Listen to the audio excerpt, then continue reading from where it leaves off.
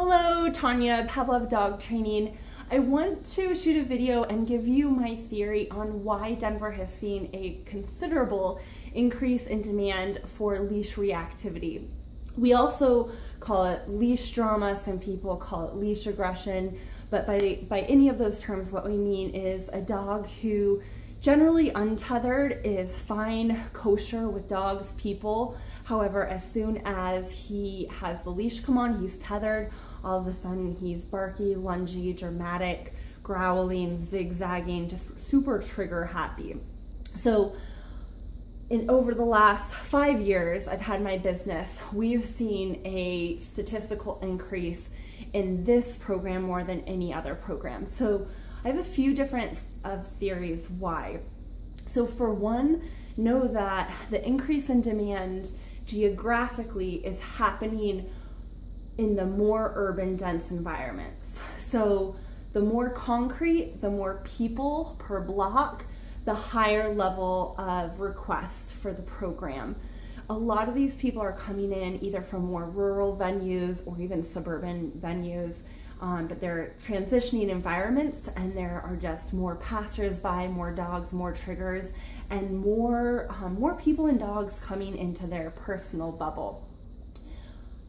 Some people will say, oh, well, of course you're gonna see a rise in demand in these more dense areas. That's where a lot of the population is shifting to, therefore naturally you'd have more of a demand, which is absolutely true. That said, of all of these areas in Denver Metro that are seeing high rises pop up everywhere, we are seeing an increase. However, the leash drama program we are absolutely seeing the most of.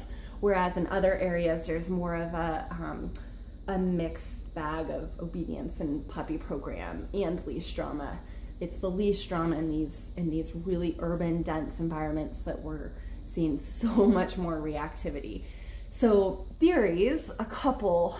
The first one is the ratio of organic matter to concrete high-rise vibrations is skewed in a way that I think it's pretty stressful on the dogs, right? So you go in these downtown areas, and I'm thinking a lot by the baseball stadium, a lot by the train stadium, where all these new high-rises are going up.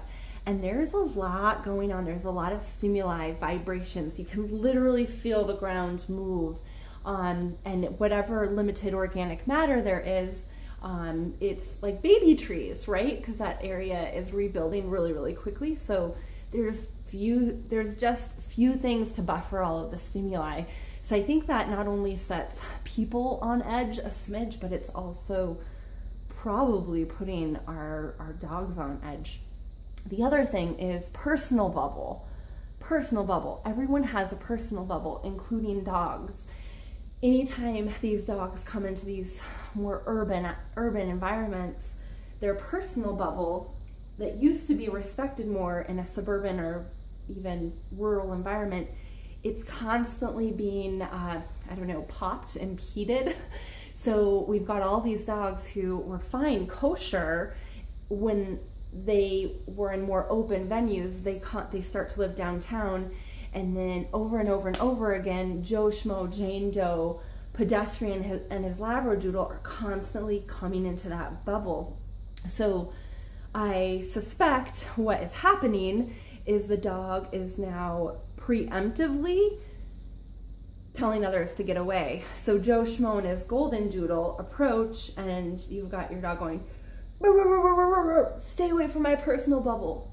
You too. Burr, burr, burr. Stay away from my personal bubble.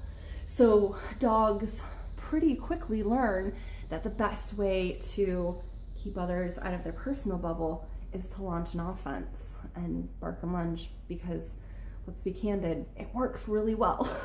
So anyway, those are my thoughts. If you have anything else to share, leave it in the comments below.